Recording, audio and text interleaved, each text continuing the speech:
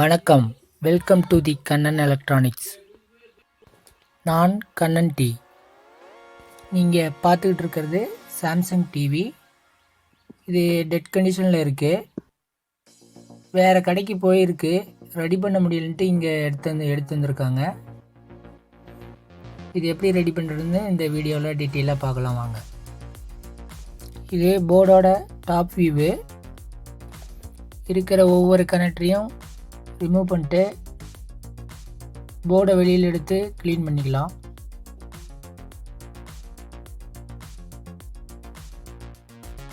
இது போர்டோட bottom view. Try சால்ட்ரிங்லாம் எதுவும் கண்ணுக்கு தெரியல.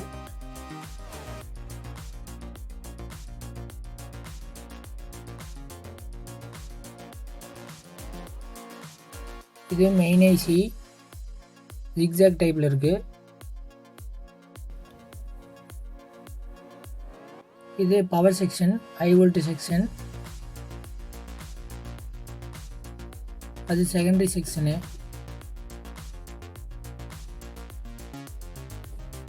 இது டாப் வியூவு.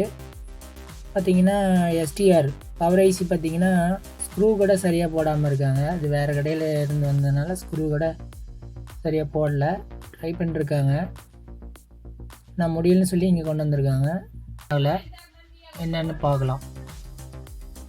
மல்டிமீட்டரை டயோடு மோடில் வச்சுட்டு ரெட் ஒயர் காமனில் வச்சுக்கிட்டு எஸ்டிஆரோட ஒவ்வொரு பின்னையும் செக்அப் பண்ணுறோம். அதில் பார்த்தீங்கன்னா எல்லா பின் அவுட்லேயும் 0.5 அந்த ரேஞ்சுக்குள்ளே இருக்கும்.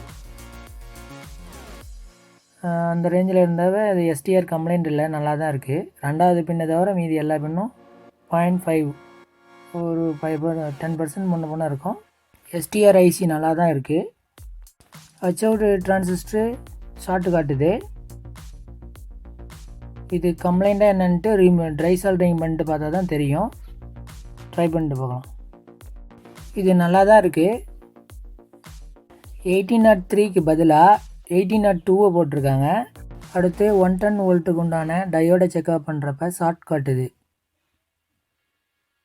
அதனால் இதையும் ட்ரை பண்ணிட்டு இந்த 2 டயோடும் தனியாக ட்ரை பண்ணி எடுத்துகிட்டு கண்டினியூட்டி செக்அப் பண்ணி பார்க்கலாம். அப்போ தான் கன்ஃபார்ம் பண்ண முடியும். இந்த டயோடுங்களோட ஒவ்வொரு சைடு மட்டும் ட்ரை பண்ணிட்டேன். இப்போ டெஸ்ட் பண்ணி பார்க்கலாம். டயோடு மோடில் வச்சுட்டு செக்அப் பண்ணுறப்ப ரீடிங் கரெக்டாக வருது. 0.48 அந்த ரேஞ்சுக்கு வருது. நல்லா தான் இருக்குது. அப்போ டயோடு கம்ப்ளைண்ட் இருக்குது. டயோடு ரெண்டையும் தனியாக ரிமூவ் பண்ணிடலாம். இந்த வீடியோ எடுக்கிறப்ப அப்ரெண்டிஸ் யாரும் இல்லாதனால நான் மட்டுமே கேமரா எடுத்துக்கிட்டு டெஸ்ட் பண்ணதுனால ட்ரை சால்ட்ரிங் பண்ணுறதையும் சால்ட்ரிங் பண்ணதையும் என்னால் காட்ட முடியல. மல்டிமீட்டரில் செக்அப் பண்ணுறப்ப ஒரு லீடை கனெக்டரில் ஜாயின் பண்ணிட்டு அந்த கனெக்டரை காமன்லேயோ அல்லது பேஸ்லேயோ ஜாயின் பண்ணி காட்டிருப்பேன். அதை கொஞ்சம் கரெக்டாக பார்த்து தெரிஞ்சுக்கோங்க. இப்போ 2 டயோடையும் ரிமூவ் பண்ணிட்டேன். இப்போ தனியாக எடுத்து வச்சுருக்கேன். இதை டெஸ்ட் பண்ணி பார்க்கலாம். மொதல் டயோடு பார்த்தீங்கன்னா ஷார்ட்டு காட்டுது. ரெண்டாவது டயோடும் ஷார்ட்டு காட்டுது. இந்த 2 டயோடும் ஃபால்ட் ஆனதுக்கு காரணம் வேறு கடையில் 1803க்கு பதிலாக 1802 பவர் டிரான்சிஸ்டரை போட்டு டெஸ்ட்டு பண்ணி பார்த்துருக்காங்க. இந்த மாதிரி போடக்கூடாது. நாம் 1803 எடுத்துக்குவோம். அதோட புதுசாக 2 டயோடு எடுத்துகிட்டு டயோடையும் 1803யும் சால்டர் பண்ணிவிட்டு டிவி ஆன் பண்ணி பார்க்கலாம். டிவி ஆன் ஆகிடுச்சு. முன்னாடி பக்கம் பார்க்கலாம். ஆனால் பகுதி வீடியோ தான் தெரியுது. டாப்பில் வீடியோ தெரியல. இது என்னென்னு பார்க்கலாம்.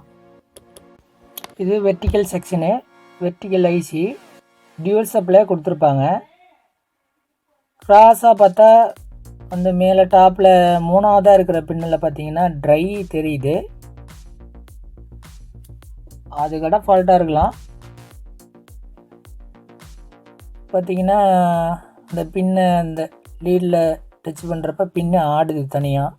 இந்த பின்னு சரியாக கனெக்ஷனில் இல்லாதனால ஒரு சிங்கிள் சப்ளை பாஸ் ஆகலை. அதனால் ஒரு சைடு மட்டும் வீடியோ தெரியுது, ஒரு சைடு வீடியோ தெரியாத மாதிரி இருக்குது. அதாவது பாட்டமில் தெரியுது, டாப்பில் தெரில. இதுதான் காரணமாக இருக்கும். இதை நல்லா க்ளீன் பண்ணிட்டு முழுசாக சால்ட்ரிங் வச்சுட்டு டெஸ்ட் பண்ணி பார்க்கலாம். அது பிளேடில் நல்லா அந்த சால்ட்ரு மாஸ்க்லாம் சுரண்டிட்டு நல்லா சால்ட்ரிங் வச்சுக்கணும். ப்ராப்பர் நல்லா பளபளன்னு தெரிகிற மாதிரி பிளேடில் சுரண்டிட்டு நான் சால்ட்ரிங் வச்சுட்டேன். இப்போ ஆன் பண்ணி பார்க்கலாம் வாங்க. மெயின் பவர் ஆன் பண்ணிட்டேன். போர்டு ஆன் ஆகிடுச்சு. முன்னாடி பக்கம் பார்க்கலாம். முன்னாடி திருப்பி காட்டுறேன். ஸ்க்ரீனு ஃபுல்லாக வருது. இப்போ போர்டை ஃபிட் பண்ணிவிட்டு லைவாக பார்க்கலாம் வாங்க.